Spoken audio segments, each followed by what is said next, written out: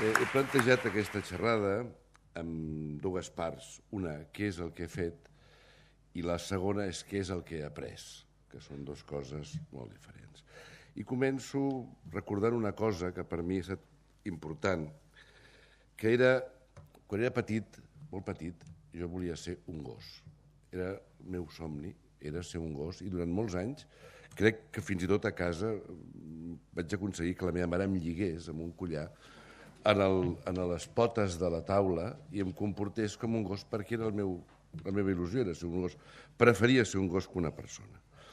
Uns anys després, quan tenia 7 o 8 anys, recordo, i això he de dir que no és una cosa inventada, ho recordo, potser 9, potser 10, no ho sé, vull dir, era molt petit, o almenys ara ho veig tan lluny, que em sento molt petit quan ho veig, ho recordo, i algú a casa preguntava allò que li pregunten sempre als nens, i tu què vols ser quan seràs gran? I tothom contesta ser policia, o ser bomber, o ser futbolista. Jo vaig respondre, no sé si d'una forma molt pensada o no, que es volia ser 4 coses. Que volia ser ric, que volia ser un escriptor, que volia viure a Suïssa i que volia fumar en pipa. Aquestes 4 coses van quedar gravades, no sé per quina raó, a la meva memòria. De la primera d'agost he de dir que no crec que hagi quedat masses conseqüències. De la segona part, d'aquesta segona part, d'aquests 4 elements, probablement la meva vida ha estat extremadament condicionada per això. Jo provinc d'una família pobra, i no vull fer ara aquí el cuento la llagrimeta, molt pobra com eren les famílies dels anys 50. Jo vaig néixer als 50. Una família pobra que ratllava, podríem dir-ne, la misèria. A casa no hi havia llibres, els meus pares eren alfabets, no vaig estudiar en una escola normal, vaig anar a una escola unitària d'un barri de Barcelona, allunyada, espantosa, i després me'n vaig anar a un institut que acabaven d'obrir, que era el Sant Josep de Calassanç, en aquella època, a prop de l'Hospital de Sant Pau, i allà vaig fer segon, tercer i quart de batxillerat, als 12, 13 i 14 anys, i immediatament, als 14 anys, em van posar a treballar. Vaig entrar a treballar en una empresa que no existeix ara ja, que es deia Tallo Ingenieros, la recordo molt bé, i una gran alegria, i vaig entrar quan tenia unes setmanes abans de complir els 14 anys, encara era legal a partir dels 14, jo els faig al setembre i vaig entrar l'1 de setembre, em van deixar colant allà amb 13 anys i 11 mesos. Imagineu el que era 13 anys i 11 mesos anar a treballar en un lloc que queia llunyíssim de casa meva i que jo no havia ni vist en la meva vida perquè estava al carrer. A la banda alta estava a Ganduxer, Via Augusta, i a mi allò em semblava no l'extraradi, em semblava Nova York quan veia allò, no? I vaig entrar de botones, era el que anava a buscar els cafès i el que feia els recados que manaven els meus jefes, que eren tots, perquè jo era l'últim de la mona, de la fila. En aquesta empresa m'hi vaig passar 5 o 6 anys treballant i un dia us explico una petita anècdota que ha marcat també la meva vida, com aquella frase que vaig dir uns anys abans.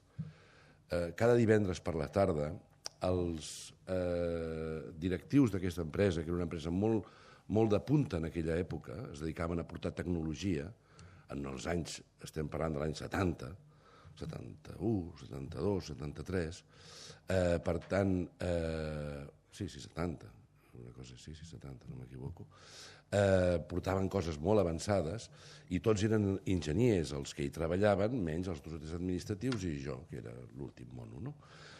I els divendres a la tarda no es treballava i presentaven els directius, els treballadors, els enginyers, els aparells que arribaven. Jo sempre hi anava perquè m'agradava veure-ho, perquè era un rato que veia coses noves i tal. I un dia van portar una calculadora que sumava, restava, multiplicava i dividia amb uns llumets que s'encenien.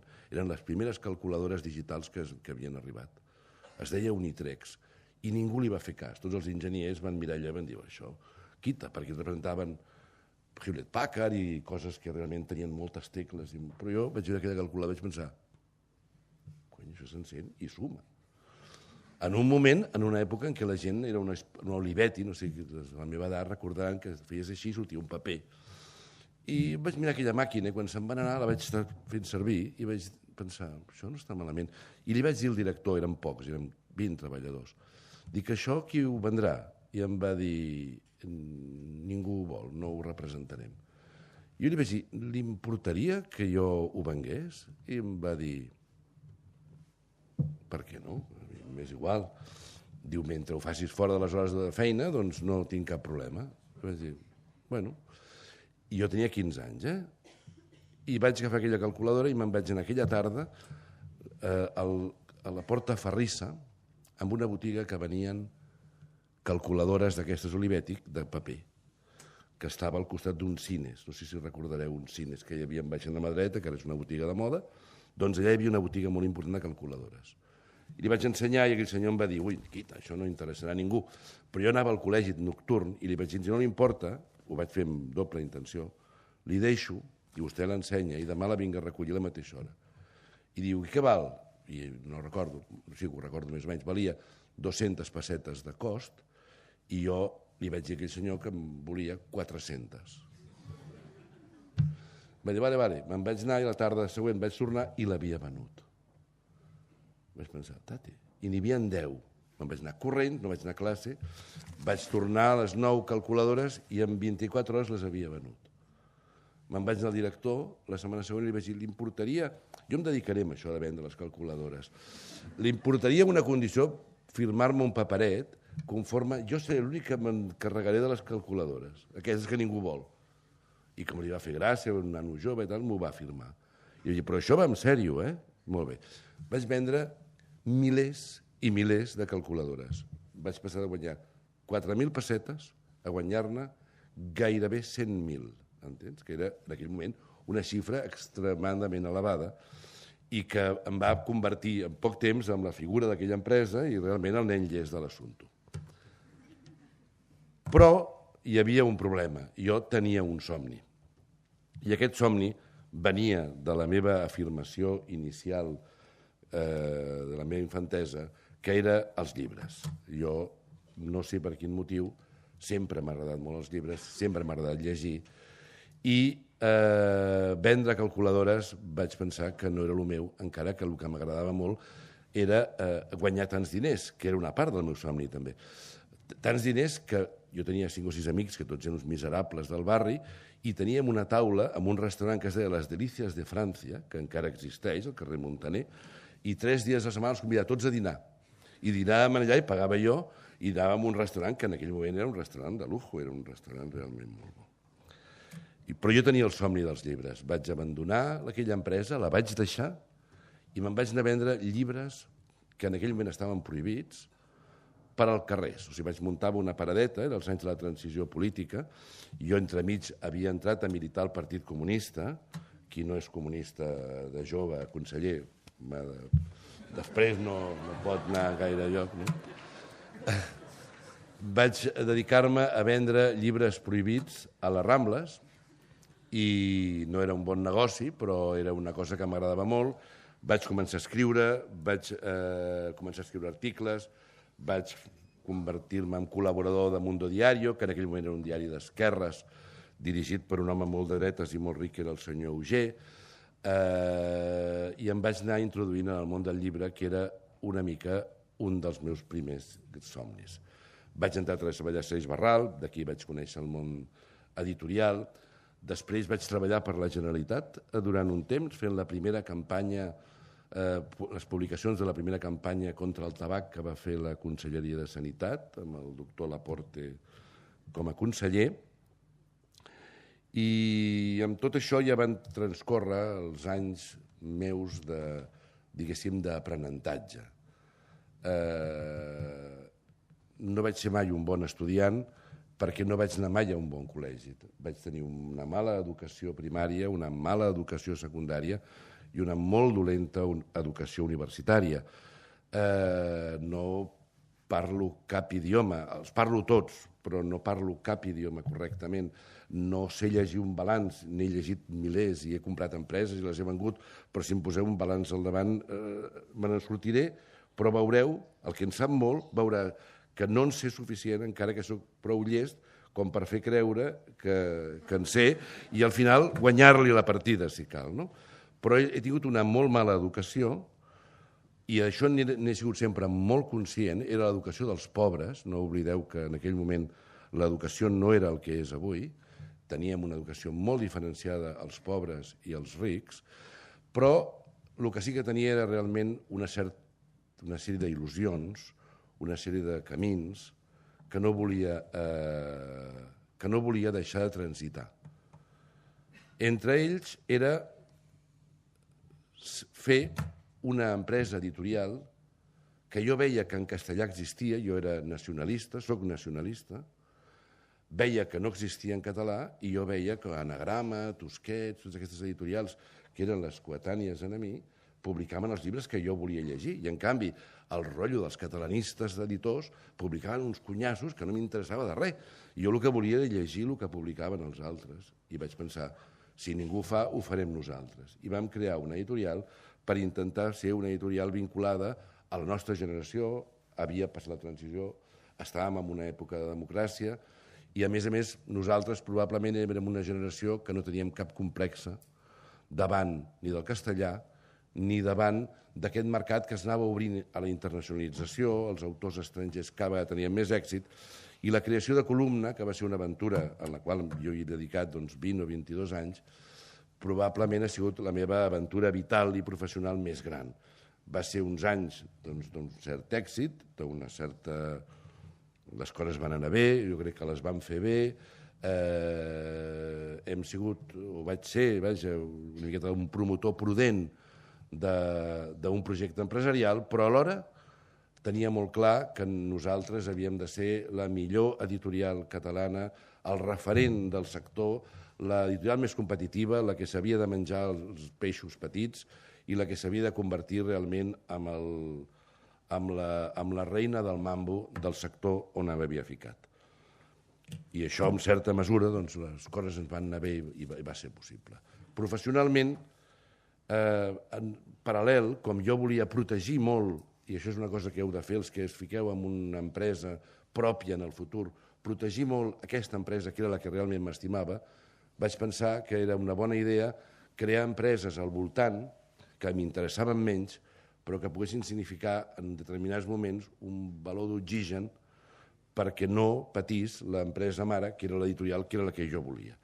I em vaig ficar, com s'ha dit abans, en empreses de branding, de comunicació, en empreses textils, on vaig conèixer el senyor Dualde i vam ser socis durant uns anys en un projecte molt bonic, amb coses de tota mena. I m'he ficat en moltes aventures, algunes que han anat bé, altres que no han anat tan bé, però que en conjunt han significat per mi el trànsit entre la infantesa i la joventut i ja diria el món adult avançat en el que vaig decidir deixar el sector, que era cap a l'any 2000, una miqueta perquè tenia un altre somni que s'havia anat creant durant aquells anys que tenia a veure amb el món de l'art, amb el col·leccionisme i amb l'aprenentatge d'un sector que creia que Catalunya i Espanya estava poc desenvolupat i que li calia una mirada diferent. Vaig decidir vendre l'empresa al grup Planeta perquè un senyor molt savi, quan vaig entrar en el món del llibre, em va dir: en el món del llibre no es guanyen els diners comprant i venent llibres, es guanyen els diners comprant i venent editorials. I vaig pensar, ara agafaré aquell consell, que era un bon consell, i vaig vendre l'empresa a Planeta, que em va demanar que durant 5 anys dirigís el Departament Internacional de Planeta, que en aquell moment era Amèrica Llatina, i jo hi vaig estar allà molt bé, va ser una experiència professional fantàstica i vaig tenir la sort també de crear a Brasil, un país on no hi érem i que era una altra llengua, i per mi va ser iniciar una empresa que avui en dia funciona molt bé. I, per tant, 25 anys de la meva vida dedicats al món del llibre vaig considerar que potser ja n'hi havia prou. En aquests anys, i això seria una miqueta la primera part del que us volia explicar, evidentment la vida, la part personal, ha tingut molts canvis de cicle, he tingut fills, he tingut molts amics, he perdut amics, he intentat fer les coses bé, he intentat ensenyar el que he après als meus i transmetre als que m'envolten el que penso, els hi agradi o no els hi agradi. Aleshores, ho hauré fet bé o ho hauré fet malament, això no té cap importància, fins i tot no té cap importància, però el que sí que us puc dir que les coses que he fet i les coses que he dit les pensava. Quan avui aquest matí acabava de mirar aquestes notes, havia fet una segona part, que eren 10 coses que havia après del món dels negocis. I aquestes 10 coses, quan avui ho llegia, totes eren coses tècniques, eren coses professionals, i he pensat que no era això el que us havia d'explicar avui, perquè probablement això ja ho sabeu, us ho han ensenyat els professors abans, i sens dubte molt millor que jo. I en canvi havia escrit també 10 coses que m'adonava que no tenien un caràcter tècnic, sinó estrictament un caràcter moral. I aquestes sí que m'han semblat potser interessants per vosaltres, perquè d'aquestes consideracions morals probablement en traureu un fruit professional i espero que un fruit personal. La primera és que s'han de perseguir sempre els somnis que un té. O sigui, tots nosaltres, o tots vosaltres, vaja, ara entreu en el món del treball, en el món professional, amb un somni. Aquest somni no l'heu d'abandonar mai, perquè probablement aquest és el somni bo. Tots els somnis que vindran després sovint són senzillament la substitució del somni inicial per al somni possible. No ho feu. Intenteu mantenir-vos sempre fidels al primer somni. El segon consell moral és que és molt bo convertir les passions, els gustos, en la professió d'un. O sigui, si a algú de vosaltres li agrada molt l'esport, penseu en crear una empresa que tingui a veure amb el món de l'esport. Si a algú de vosaltres li agrada el món dels llibres, creeu una editorial. Si a algú de vosaltres li agrada el món del cinema, munta una productora. Si a algú de vosaltres li agrada la música, munta una discogràfica. Munta-la amb vocació internacional, amb vocació d'empresa gran, amb vocació de màxim rigor, sigui el tema que sigui. Si us agrada la cuina, munteu un gran restaurant, però no el restaurant de la cantonada, encara que sigui el més rendible, sinó el millor restaurant possible. Aquest és l'aprenentatge que jo he tingut a la vida, a intentar convertir allò que és per tu al centre, l'eix dels teus interessos, amb la forma de guanyar-te la vida. La tercera cosa, això és més tècnic, que he après és que els projectes, les empreses, els pressupostos, sempre s'ajusten a la realitat mental amb el que els construïm. Això sembla una cosa empírica, però és real. O sigui, si vosaltres creeu una empresa o treballeu en un departament on heu d'establir un pressupost i dieu l'any que ve l'empresa que tenim hem de facturar 250.000 euros. Facturareu 240 o 260.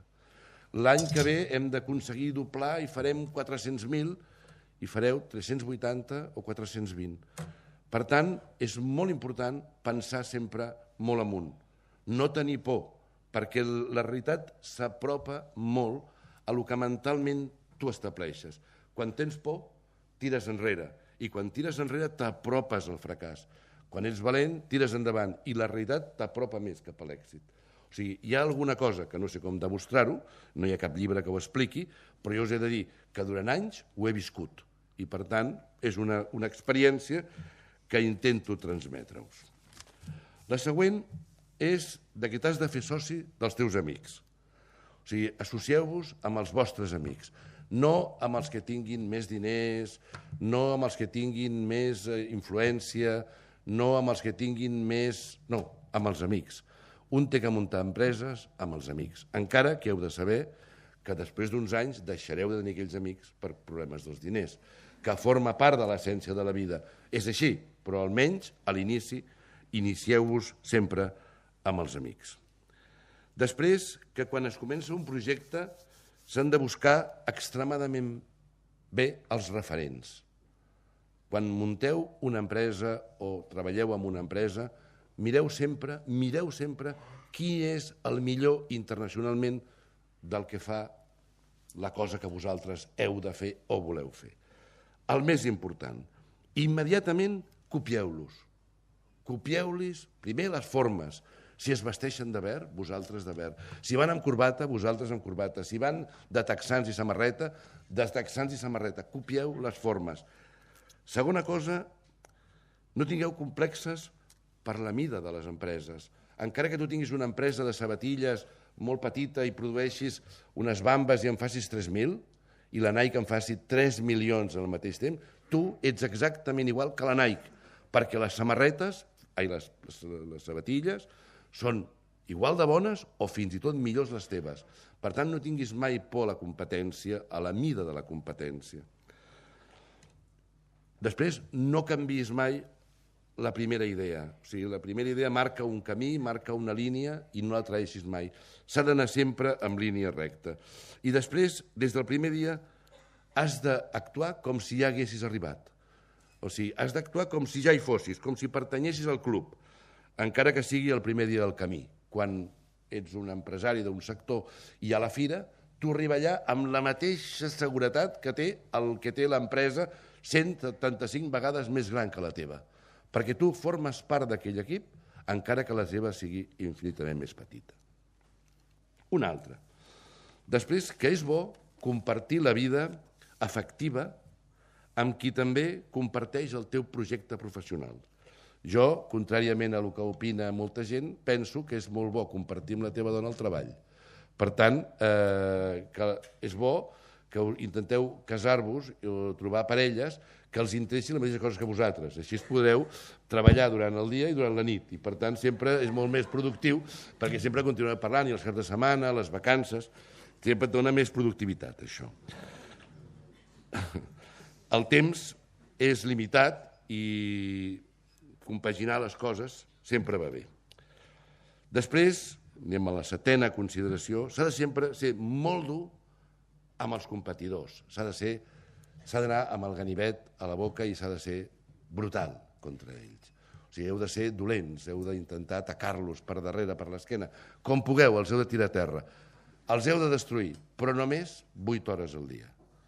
Quan s'acaba l'horari laboral, un té que entendre que s'ha acabat el joc, que sona un pito i que en aquell moment l'enemic, el competidor, l'adversari, ho deixa de ser, que durant aquell moment ja s'ha acabat, que la festa dura només 8 hores.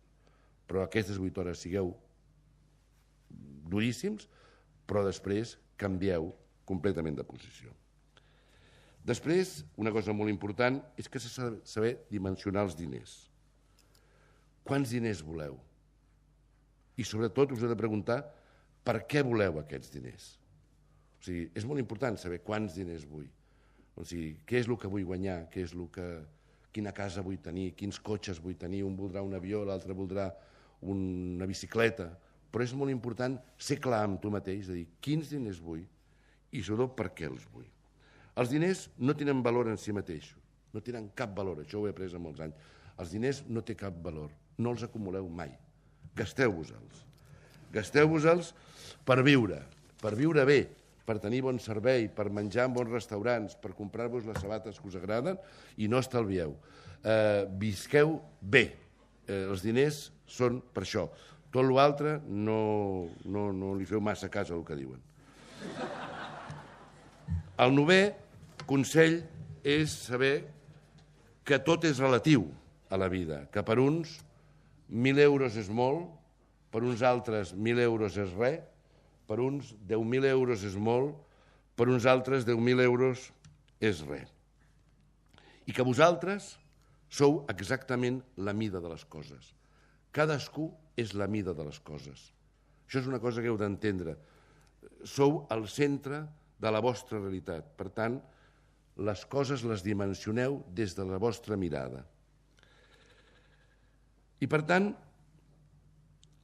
l'èxit i el fracàs també són relatius. Heu de pensar que sempre aprendreu molt més dels errors que dels encerts. Sempre. Dels errors un en surt sempre molt més fort que dels encerts. Els encerts t'ennuvolen la mirada, els errors te la deixen ben clara perquè la bufetada et centra i dius, ui, què és el que ha passat?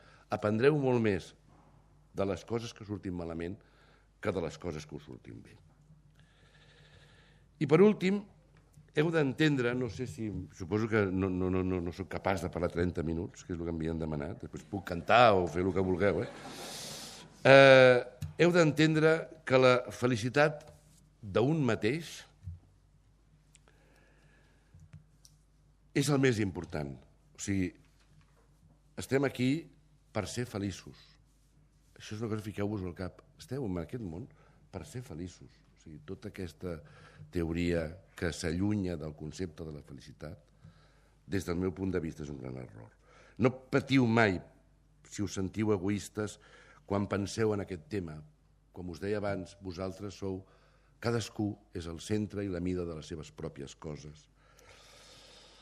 Heu d'aprendre que vosaltres heu vingut en aquest món a ser feliços i intentar fer feliç aquell que tens al voltant. Heu d'entendre que els negocis, els diners, l'èxit, la reputació, fins i tot la fama, només són importants en funció de la felicitat d'un mateix. En si mateix, cadascuna d'aquestes coses no té cap valor. Vosaltres ara esteu en un moment molt important, que és el moment de definir el marc de la vostra vida. És el moment de definir els límits, el territori que voleu ocupar.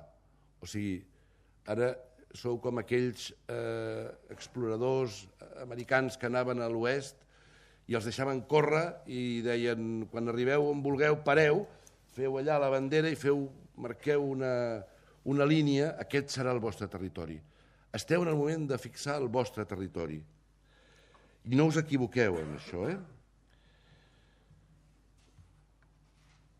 Vosaltres ara l'heu de definir i, sobretot, amb el treball, amb la responsabilitat, amb la dedicació, amb l'esforç, amb la contundència diària de fer allò que un ha de fer, anireu omplint de vida i de realitat el que hi ha dins d'aquests límits que heu de definir. Heu d'anar omplint de vida i de realitat allò que serà el marc de la vostra vida, i allà dintre dibuixareu la vostra feina, la vostra família, els vostres amics, els vostres amants, el que desitgeu tenir, i això serà el retrat de la vostra existència. Jo, quan veia la cerimònia abans de títols i tot això tan bonic que feu, tenia una mica d'enveja, perquè no ho he tingut. Però he tingut sort, i crec que l'única cosa que us puc dir per acabar és que tingueu molta sort en aquest camí que avui empreneu i que la vida us sigui favorable sempre que vosaltres sigueu justos amb ella. Moltes gràcies.